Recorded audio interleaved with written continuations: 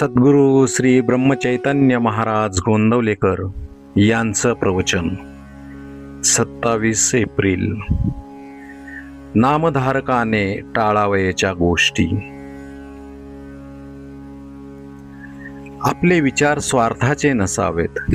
स्वार्थामध्ये अभिमान नेहमी जागृत असतो. स्वार्थी मनुष्याला जगात सुख मिळणे कधीही शक्य नाही. नीतीची बंधने पाळा, परस्त्री माते समान माना. प्रपंचात एक पत्नी व्रताने राहणारे गृहस्थ लोक ब्रह्मचारीच होत. परद्रव्याची अभिलाषा धरू नका, त्याला विष्ठे समान माना. दुसऱ्याच्या पैक्याचा अभिलाष धरण्यात आपला किती घात आहे याची नुसती कल्पनाच केलेली बरी. परस्त्री परद्रव्य यांच्याप्रमाणेच परनिंदा हीही अत्यंत त्याज्य आहे.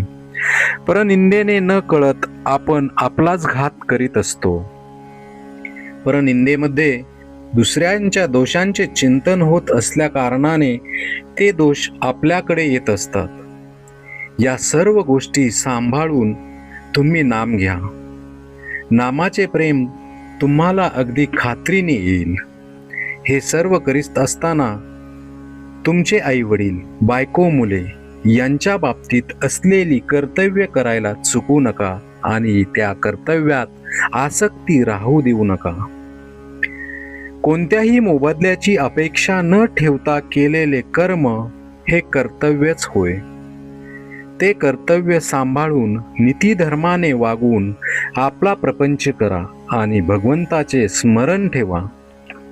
मग तुमचा प्रपंचच परमार्थ रूप बनून भगवंताचे प्रेम तुम्हाला मिळेल हा माझा भरवसा तुम्ही बाळगा. प्रपंच हा मिठासारखा आहे. भाकरीत मीठ किती घालायचे असते तर अगदी थोडे, फक्त चवीपुरते. परंतु आपण मिठाची भाकरी करतो आणि त्यात परमार्थाचे चिमूटभर पीठ टाकतो. मग ती भाकरी खाता येईल का? खरे समाधान मिळाल्यावर मनुष्य खेळासारखा प्रपंच करतो. त्यामध्ये तो वर चढला आणि खाली पडला तरी सारखाच राहील. दुसऱ्याने डाव टाकल्यावर तो आपणही डाव टाकेल. पण डाव हरला किंवा जिंकला तरी त्याची त्याला पर्वा राहणार नाही. प्रपंचात अनेक वस्तू आहेत, पण भगवंताजवळ एकच वस्तू आहे. प्रपंचात कितीही वस्तू आणल्या तरी त्या पुऱ्या पडत नाहीत, कारण एका वस्तूच्या आणण्यामध्येच दुसऱ्या वस्तूच्या आणण्याचे बीज आहे. पण भगवंताचे तसे नाही. भगवंताची वस्तू एकदा आणली की पुन्हा ती आणायला नको. समजा एका दुकानात पुष्कळ माल भरलेला आहे, पण आपल्याला पाहिजे ती वस्तू तिथे नाही, म्हणजे आपल्या दृष्टीने तिथे काहीच नाही.